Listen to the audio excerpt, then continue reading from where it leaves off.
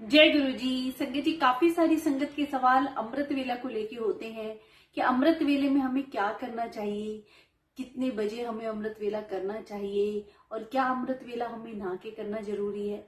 संगत जी, सबसे पहले तो आप सबको पता होगा कि गुरु जी महाराज ने कहा जिस वेले आप अपने रब नू याद कर लो वही अमृत वेला है।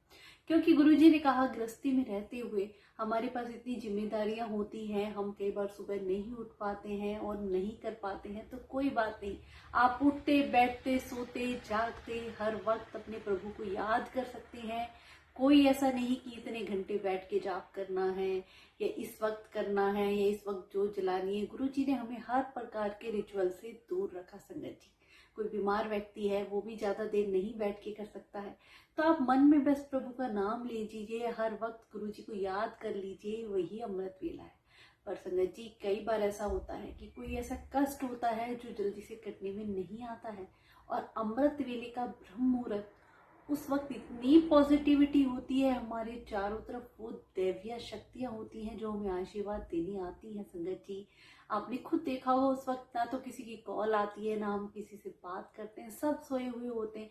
चारों तरफ एक पॉजिटिव ऑरा होता है, दैवीय शक्तियां काम करती हैं, और उस वक्त अगर हम गुरु जी को याद करते हैं तो वो हमारी पुकार बड़ी जल्दी ही सुनते हैं। संगत जी, उस वक्त आपको करना क्या है। संगत जी, गुरु जी ने भी एक बार अपने वचनों में कहा कि जो सुबह 3 बजे से 4 बजे का टाइम होता है वो गोल्डन पीरियड होता है, और 4 से 5 बजे का टाइम सिल्वर पीरियड होता है अमृत वेला करने के लिए, और 5 से 6 फिर नॉर्मल टाइम होता है। संगत जी, तो 3 से लेके 6 बजे के बीच में जब भी आपको टाइम मिले आप अमृत वेला कर सकते हैं। दूसरी बात संगत जी, अमृत वेले जरूरी नहीं कि आपको नहा के ही करना है। आप उठिए, फ्रेश हुए, हाथ मुंह धोइए, और तब भी अगर गुरु जी के स्वरूप के सामने बैठ जाएंगे, वो कहते हैं ना, हमारा मन साफ होना चाहिए। संगत जी, चाहे हम बाहर से अपने तन को कितना ही साफ कर ले, उससे कुछ फर्क नहीं पड़ता। हमारे भगवान तो हमारा मन ही देखते हैं। वो बात है ना कि अगर सबसे पहले भगवान मिलते तो मछलियों को नहीं मिल जाते, जो तो पूरे दिन पानी में ही रहती हैं, वो तो कितनी बार स्नान करती हैं। यही बात है संगत जी, अगर भूखे रहने से मिलते हैं तो भिखारियों को मिल जाते हैं जो कितने कितने दिन भूखे रहते हैं। भगवान मिलते हैं जिनका मन साफ हो, जो दिल से प्रभु को याद करते हैं, उनकी पुकार वो सुनते हैं। तो संगत जी, सुबह उठ के जैसे आपको ठीक लगे आप नहा धो के या हाथ मुंह धो के गुरु जी के स्वरूप के सामने जाके बैठ जाएं कि प्रभु जी, मैं आ गया हूँ आपके सामने, अब मुझे नहीं पता, मैं तो बैठ गया हूँ। और जो आपका, जिससे आपका कनेक्शन गुरु जी महाराज के साथ बने, पहले तो उनसे बातें करें, अपनी हर बात उनसे शेयर करें। संगत जी, फिर आप मंत्र जाप कर सकते हैं, गुरुवाणी सुन सकते हैं, जपजी साहिब का पाठ कर सकते हैं। जपजी साहिब के पाठ में इतनी ताकत है संगत जी, गुरु नानक जी द्वारा खुद रचित ये रचना है जिसके एक एक शब्द में पूरी जिंदगी का सार है। संगत जी, जपजी साहिब अगर कोई नित्य नेम से कर ले तो उसका बेड़ा पार हो जाता है। संगत जी, मैं मानती हूँ पंजाबी में होता है, हमें कई बार पंजाबी नहीं आती तो समझ नहीं आएगा। आप सुनिए, धीरे धीरे उसकी एक एक पंक्ति आपको इतनी अच्छी लगने लग जाएगी कि धीरे धीरे वो आपको समझ भी आने लग जाएगा। जपजी साहिब का पाठ है, सुखमनी पाठ है, चौपाई पाठ है, गुरु जी का मंत्र जाप है, शिव पुराण भी आप पढ़ सकते हैं। बहुत से ऐसे पाठ हैं संगत जी, जिनसे भी आपका कनेक्शन गुरु जी महाराज के साथ बने, वो आप बैठ के करिए।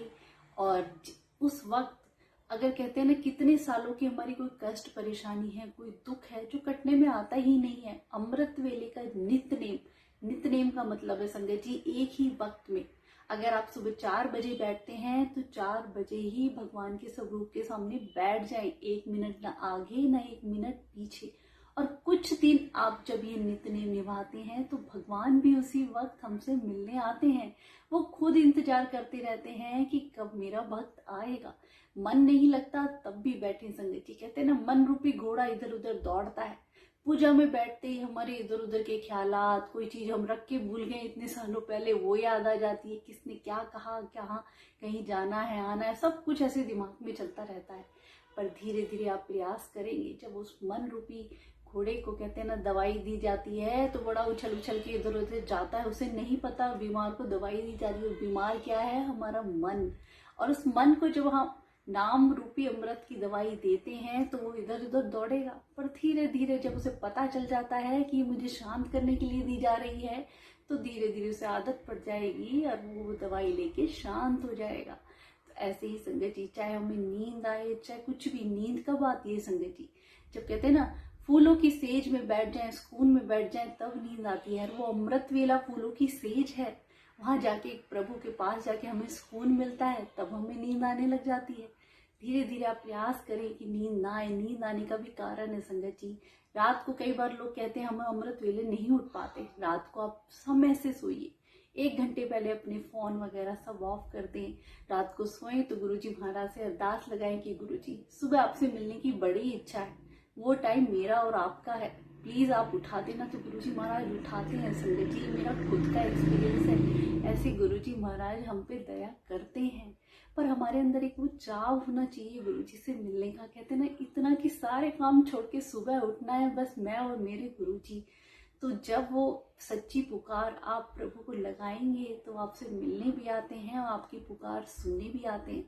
आप कभी भी देख लेना, आपने अमृत वेला करी या आपने कोई भी पाठ किया, अगर उसके बाद ही उस दिन ही आप थोड़ी देर सो गए या कुछ भी आपने सपने में ऐसा बुरा देख लिया, तो समझ लीजिए कितने सालों का कष्ट भगवान ने, गुरुजी महाराज ने उस कुछ मिनटों के सपने में काट दिया।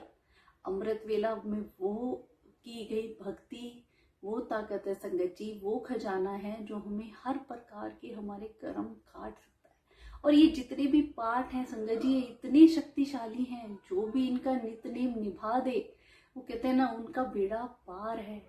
ऐसे ऐसे पाठ दैवीय शक्तियां हैं, गुरु नानक जी द्वारा, गुरुओं द्वारा लिखी हुई एक एक पंक्ति जो रचना की गई है, गुरुवाणी संगत जी, जो हमारी कर्म काटती है।